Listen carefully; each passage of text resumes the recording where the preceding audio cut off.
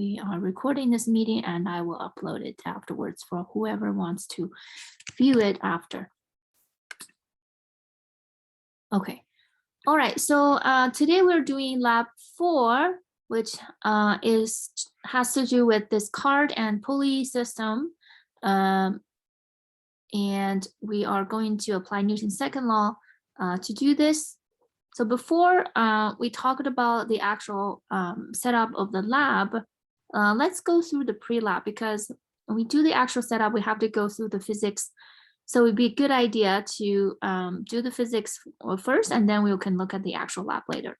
Okay, so this is something that you have already done. 1 second, let me bring up the share. Okay, so we have a cart and a pulley and a hanging mass. The cart was originally at rest, you're holding it, right? And then you let go because of the gravity of the hanging mass. The entire cart and pulley, the entire cart and string and the hanging mass will be all pulled to the other side, right? Going to the right, and then the hanging mass will be going down. So before we can answer this question, there are 2 things we need to be sure. One thing is whenever we have something connected by a string, unless usually it tell you specifically that this is not a string that can be extended, it's an ideal string or an ideal cord. But even if it doesn't say anything, we always make the assumption that it is an ideal string, that it cannot be stretched. So the reason for that is, now if you have a string that can be stretched, then different parts of that may have different tension, right? Or different parts of it may move with different velocity, right? Part of it is speeding up and part of it is slowing down.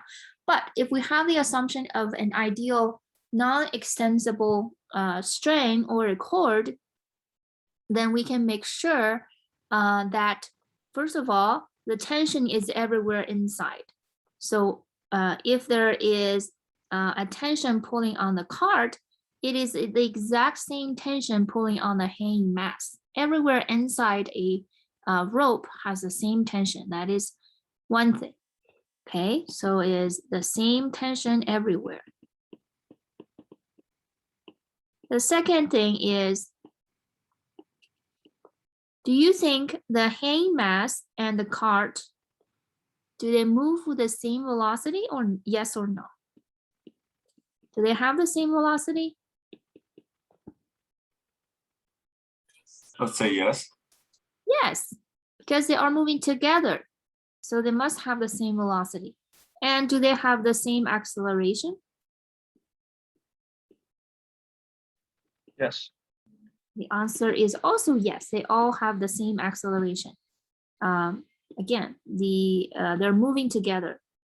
So it's just like how an elevator question, if there's an object inside an elevator, as the elevator is accelerating upward, the object inside will have the same acceleration as the elevator, because the whole thing is a whole object, right? It's the entire system.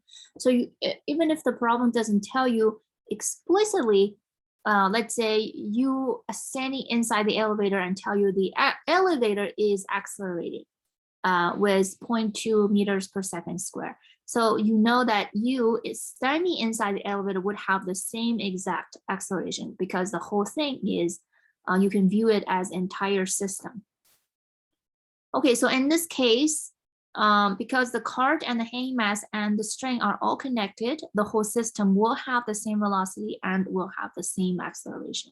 Okay, the little tricky part is that the hanging mass is going down, whereas the cart is moving to the left. Okay, so obviously the direction is not the same, but the magnitude of that acceleration is same throughout.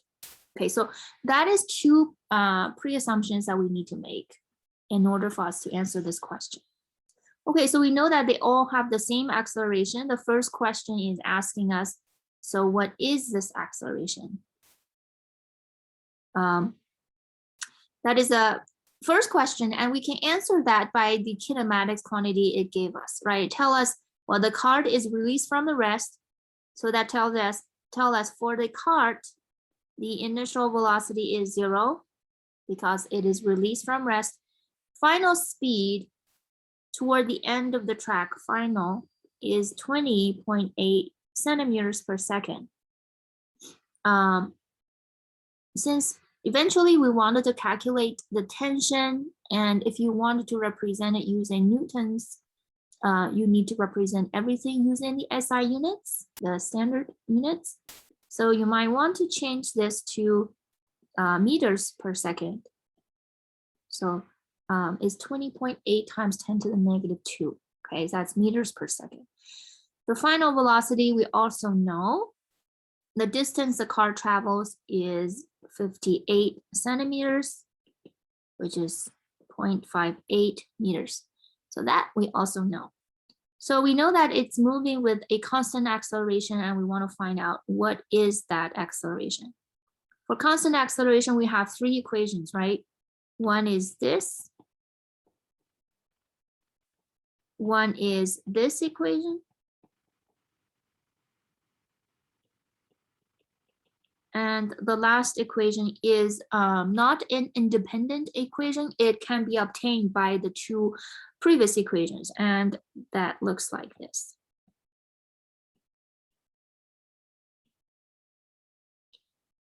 So which one of these equations that you want to use to help you find the acceleration? Do we use the first one, second one, or the third one? Third one? The third one.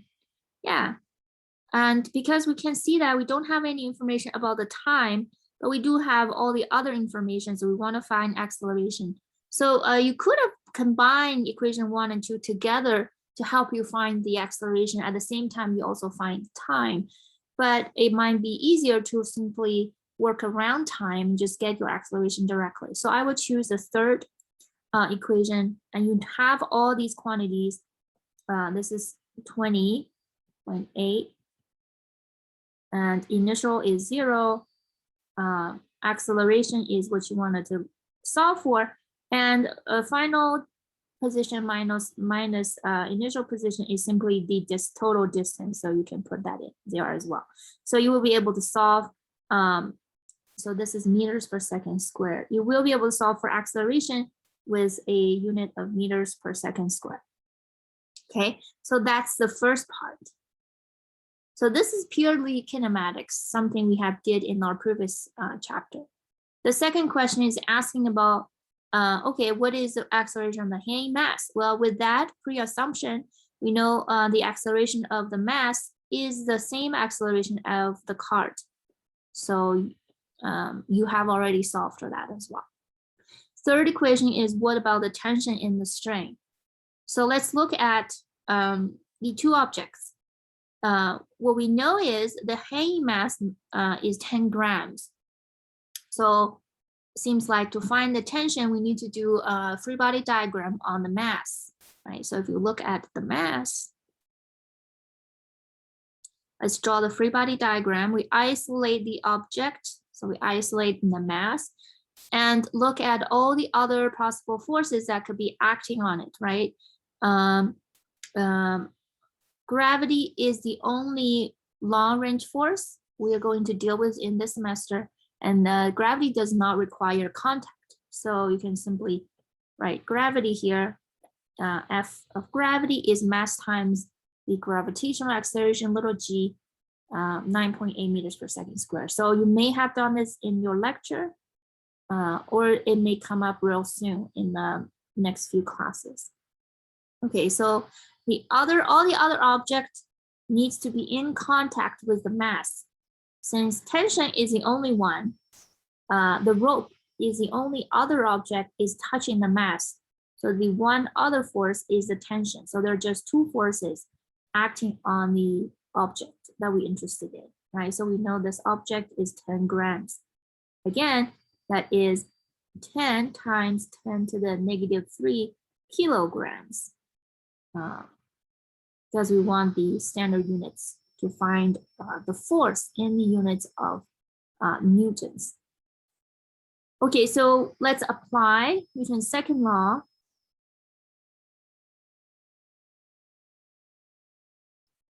on the object. Have you guys talked about Newton's second law in your lecture course yet?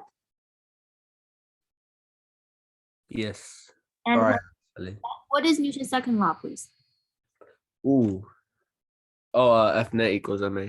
Yes, very good. F net equals ma.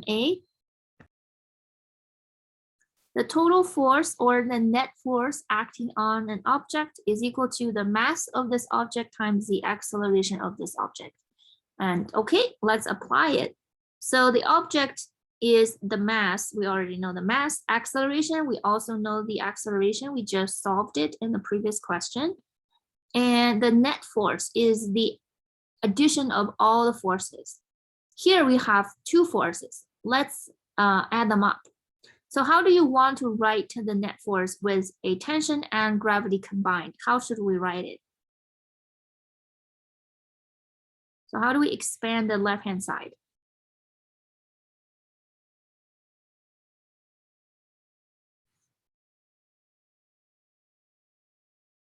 You will say you have gravity, you also have tension. And further, how do we expand this?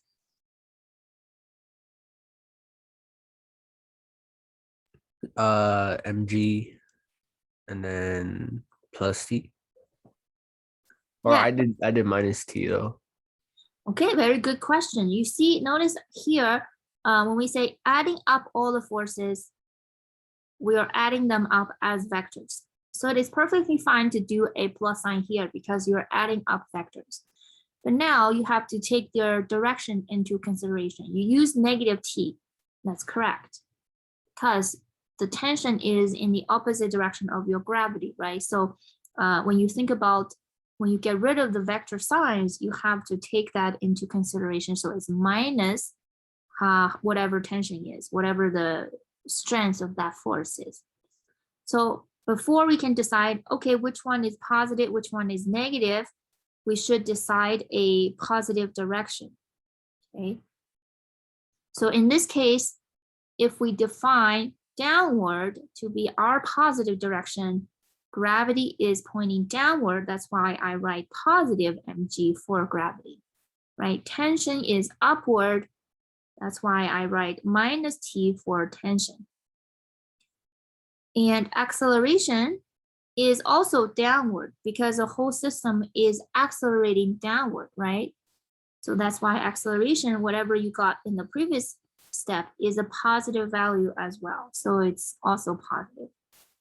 You could, if you said, oh, I don't like this, I want to define my upward to be positive. That's totally fine. In that case, you will have tension as positive, gravity as negative, and your acceleration would be some negative value, okay? So in that case, your acceleration would be negative. The final results would not change. Your tension would be mass times g minus m times a. So it would be mg minus a. So plug in the m, 10 grams, which is 10 times 10 to the negative 3 kilos. G is 9.8 and A is whatever you got in the previous step, and you can find tension for this question. So here is the solution. You get acceleration is 3.7 centimeters per second square, or if you had used meters, then you would write is 3.7 times 10 to the negative 2 meters per second square. And your final result for tension would be somewhere around 0.366 newtons. Okay. Okay, so that is the pre-lecture. Before I go back to, before I switch gears to talk about our lab, are there any questions for this? Sorry, any questions for the pre-lab? Yes. For final velocity, when solving for the first acceleration, can we leave 20.8 alone, or do we have to put it like do we have to convert it? You can see I actually I did it in two ways. My original solution, I did left it alone. I leave everything in using centimeters. centimeters. So my final result for acceleration is centimeters per second squared. And that's totally fine. And then when you do the tension, I left the grams alone. I left the centimeters alone. But you can see the trick, the part that it can be tricky is you need to remember to be consistent. So if I used centimeters, I didn't use 9.8. You see, 9.8 is meters. If I wanted to keep my centimeters, I need to change my G to be centimeters as well. So I use 980 so that my final unit for tension is grams times centimeters time divided by second square. And in some other unit choices, this is totally fine. But if you wanted to represent using newtons, newtons is kilograms times meters divided by second square. Okay, so you need to convert that to kilo, you need to convert that to meters. And you can do that conversion at the last step, that's totally fine. That's one way to do it. Another way to do it, you can convert everything at the beginning to begin with, and your answer would already be automatically in newtons. That way might be easier because you don't have to remind yourself that you cannot use 9.8 here. 9.8 is already in meters per second squared. So you have options, whichever you want to do, but you need to be consistent in terms of your units. Does that make sense? Yeah, it does. I messed up on the pre-love then. No Yeah, problem. because I left 20.8 the same, but then I didn't convert was it? I didn't convert the 9.8. I see. Yes, Yeah. that's common that you might simply forget. I could have forgotten that myself. So just be careful and be consistent. That's all. Right. Okay. Thank you. Thank you for that question. That's a great question. Any other questions?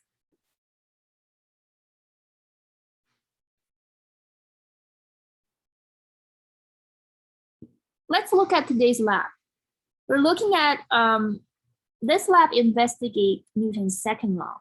And we're using that card plus and the hang mass system to allow us to make some measurements. There are two parts. Part B, where we change how heavy your hang mass is so that we can change the acceleration on a flat level track. Part C is where we'll tilt the track a little bit and we measure the acceleration. So let's take a look at this system. This is exactly like your pre-lab. You have already analyzed the system. We know that they're connected by a string that cannot be extended so that the two bodies that's moving together have the same acceleration and the same velocity, same speed, right? Same acceleration. With that, we will be able to look at the relationship between the force and the acceleration, and then eventually we can plot our data. Okay, so we have that photo gate setup of the sensor that allow us to the computer record the speed of the card as it passed by. So that is what we are trying to do. We have already done this, right? We have already done the force diagram for the hang mass in our pre-lab. You can see that we have two forces. One is the force of gravity of the hang mass and the tension. So if when you're writing the Newton's second law for hanging mass, you get this equation, okay? However, to completely solve this equation, to solve for acceleration, you need to also do Newton's second law on your cart, on the other part. This is a force diagram for the cart. We have gravity, we have normal force. These two are both in the vertical directions, and the cart is not really accelerating in the vertical directions. So these two forces are balanced, right? The normal force is balancing gravity of the cart. So there's nothing interesting there. We're focusing on the horizontal direction where you have that same tension, the same tension that is pulling the mass, and you have some friction. So this friction comes from the wheels of the cart and the track that you're using. So there's some friction here. So to write Newton's second law for the cart, okay, again, I do F net equals the mass of the cart times the acceleration of the cart. So this is my Newton's second law. And I apply it on the cart. Okay, so I'm just gonna say, well, let me choose my to the right, wherever the cart is moving to be the positive direction here. So how do I expand the left-hand side? There are two forces. One is tension pulling it to the right. So I'm going to write positive tension, right? And there is the friction try to resist that pulling is opposing that motion. So that is minus your friction, little f. That's why the left-hand side is T minus F equals the mass of the cart times the acceleration of the cart. The acceleration of the cart is the same acceleration of the mass. That's why you use little a in both of those equations, right? You don't have to write a cart versus a mass because they're the same. So same a here, same t here. So with that, now we are now having all the equations we need to solve the, you can solve for tension, you can also solve for mass.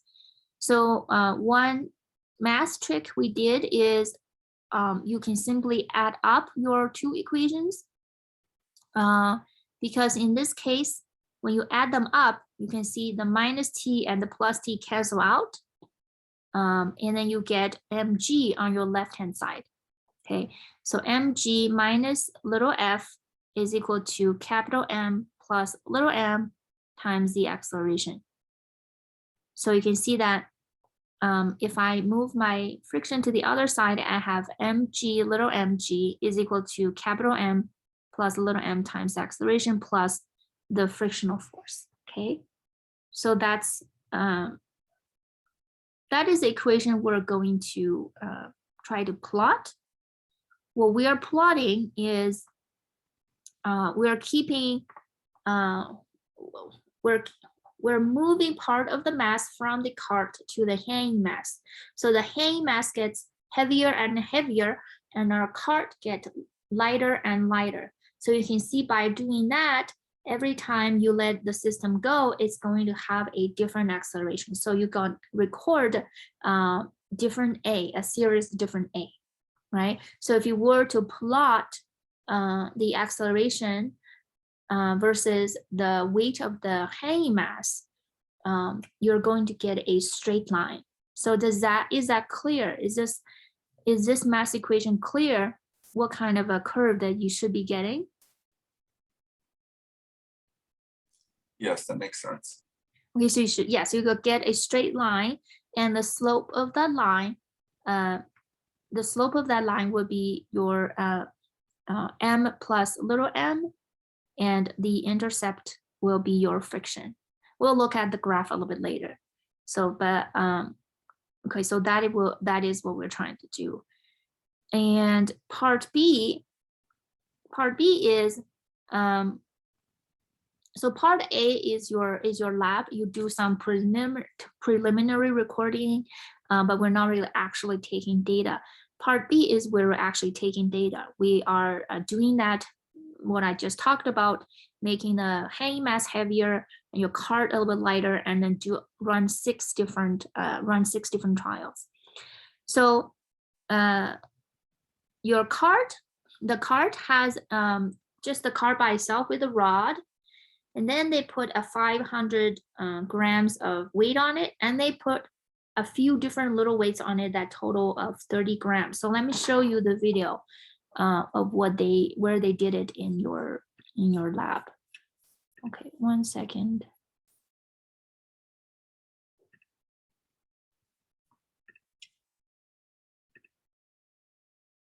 Okay, so this is what you will see when you watch this video. 1 second.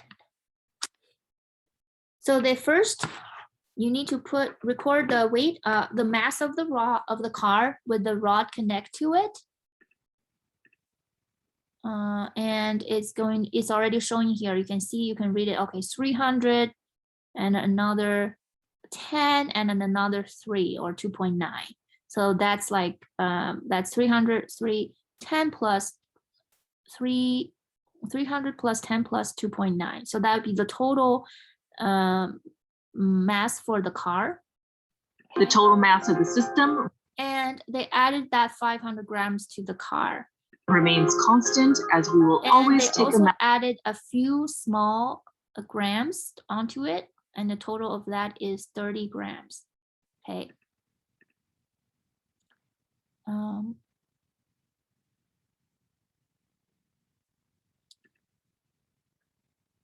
And then let the card go. You have a initial and final position. So the initial and final position is recorded here. You can see that at the right hand side and the top of the screen, you can read where the initial position of the card is. Now, noticing that you may have a few different positions you can read, right? So you might wonder, okay, where would I start? You can, as long as you choose, you can say, okay, I'm going to choose my left-hand side of the rod and keep reading it from the left-hand side. Or you can say, I'm going to choose my right-hand side of the rod and read it off the right-hand side. As long as you are consistent, it's fine. So you can see that the card start out somewhere between around 39 centimeters, and you can see the end, it is at somewhere around 96 centimeters. So you will record that. So that will tell you the total distance it travels. Okay. looks like. You will be able to record data from these videos.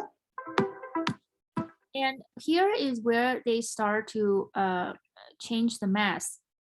Start with the hanging mass, only 5 grams. Okay, only 5 grams.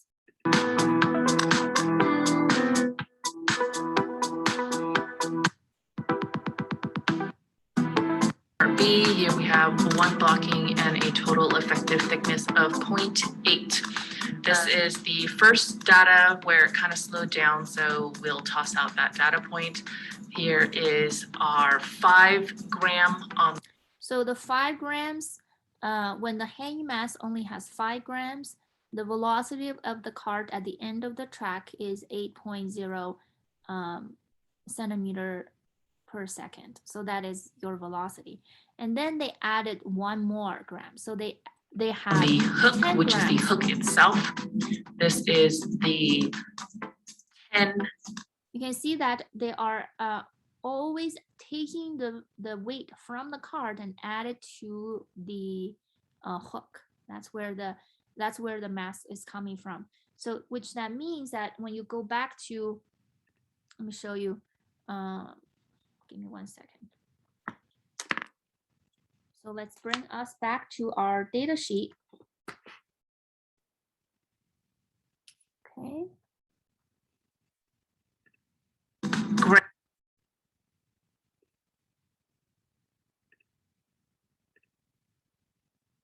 Okay, where is, okay. So let's go back to our data sheet.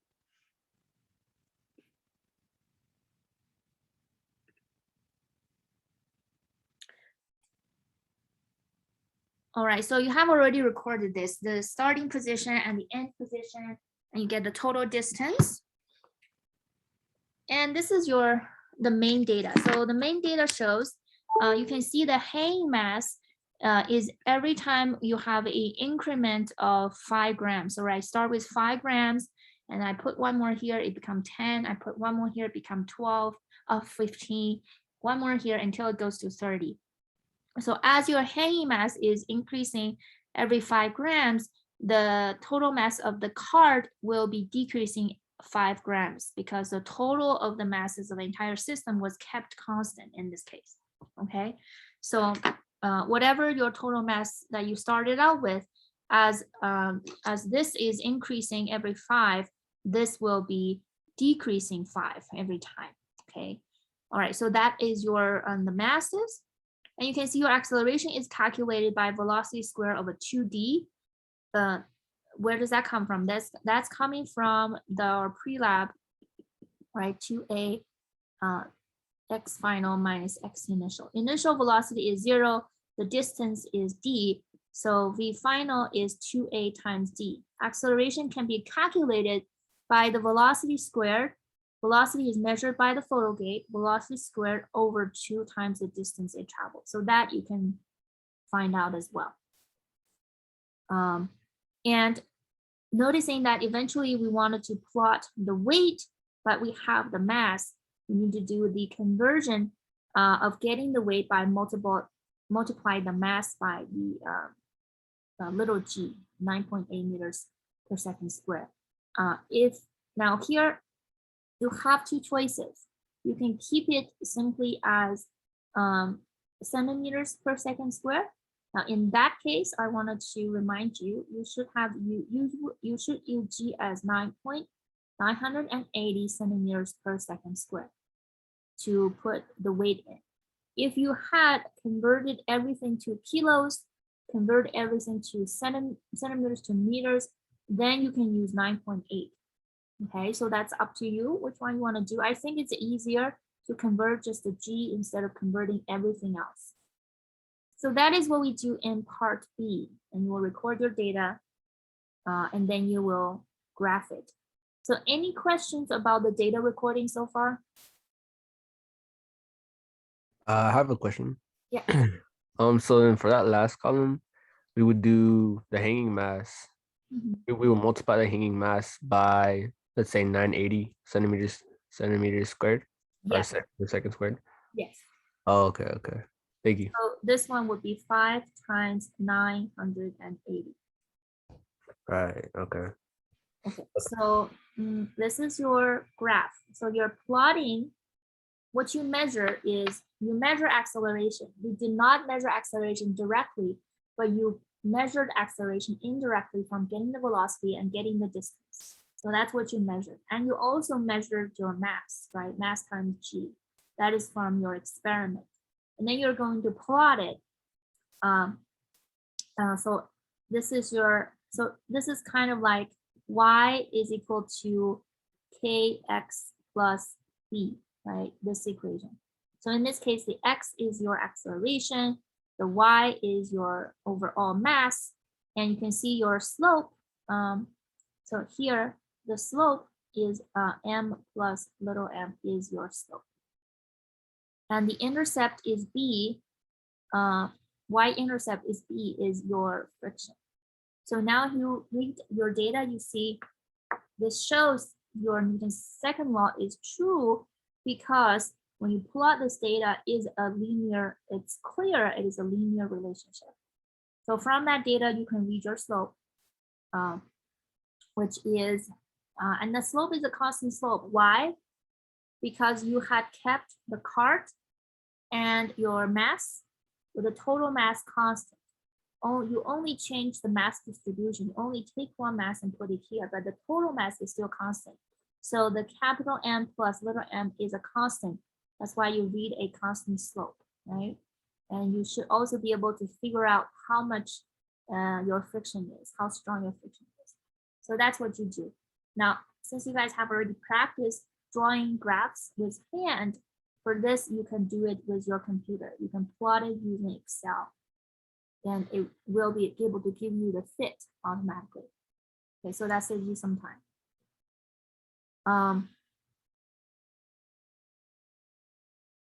So we have talked about what the slope is, right? What the y-intercept is, and what does that mean for your,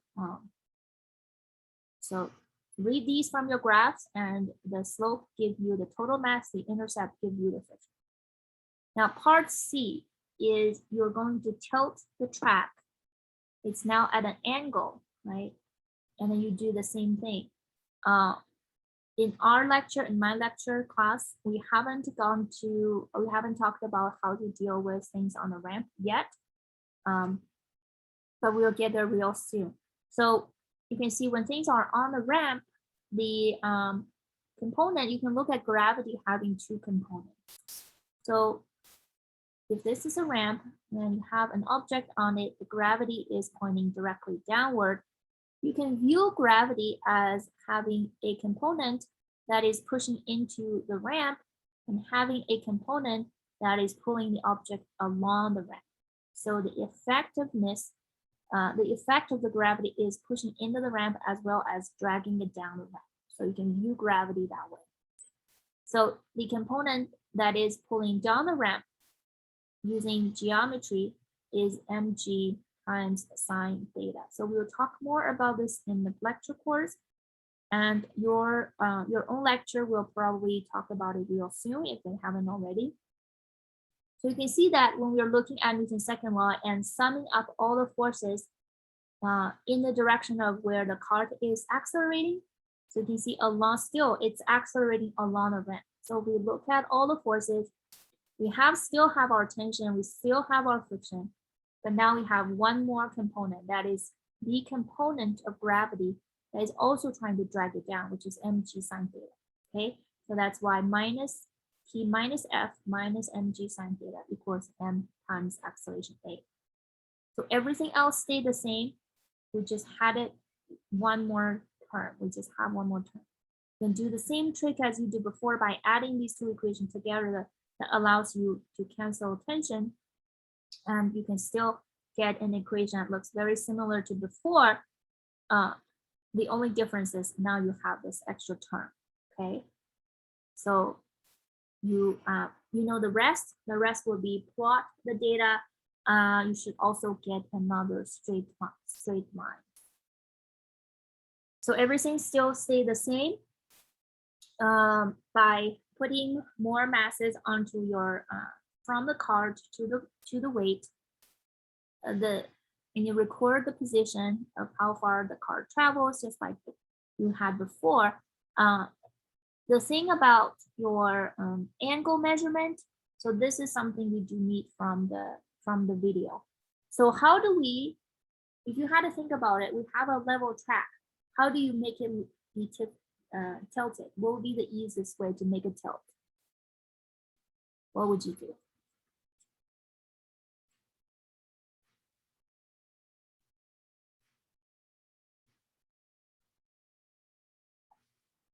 Just lift it up by putting some block in there or put a couple blocks in there, right? And we put, in this case, we put a block. So we used a this wooden block. Okay, so this is like what I showed you. What is a, so this is your opposite sides of your sine theta. The angle, this is the vertical height. So measure with this block the height, that's your h. And the entire length of the ramp, remember, we put the block all the way to the end. So you need the entire length of the ramp, which is kept at 92 centimeters. This is not the distance of the cart that travels. This is entire length of the ramp, which is 92. That's already in your data sheet. So you use the height of this block, which is about 3.6 centimeters, divided by 92 centimeters, and that's sine theta. That tells you what is your angle. You're lifting your ramp by that angle. And then you do the same thing by recording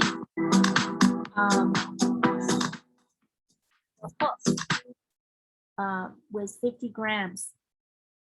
So it turns out that you needed a little bit heavier object to start out with. So they actually started out with 60 grams. So they did 60, 70, 80, 90, 100. So only 5 different data ones. Okay. So you can see they start at 60. So you're going to record your velocity once they start showing it later. So they start showing the velocity, but these are really high. They'll tell you when the correct data is showing up. Okay, so they have 6 of these data corresponding to different velocities, and you're going to write that on your data sheet. Let's go back to our data sheet.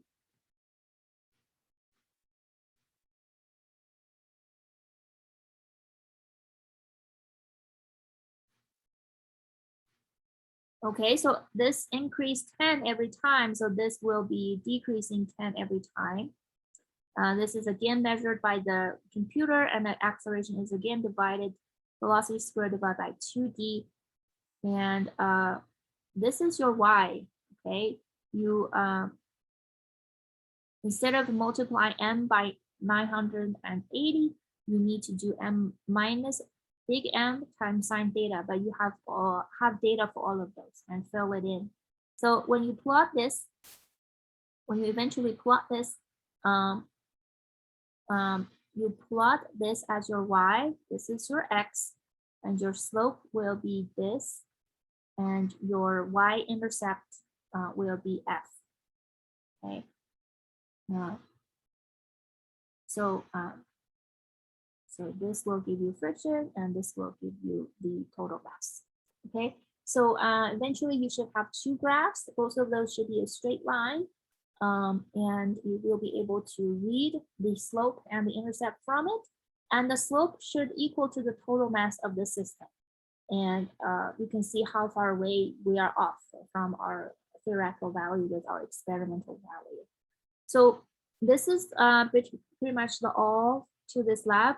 And it's an application to measure, to see if Newton's second law is correct. Okay, are there any questions so far about this lab? So for part C, since it's in centimeters, we also use 980 for little g. Yes, also. Yeah. Okay. Mhm. And actually, I was gonna mention this earlier. In my lecture class, we use 10 for G. Mine too. It's not going to be off too much. You can use 1,000 if that's the case. It'd be 1,000 centimeters per second squared. Yes. Okay. All right. Thank you. Mhm. Then your data might be just off a little bit more. Then. Right. Okay. Any other questions?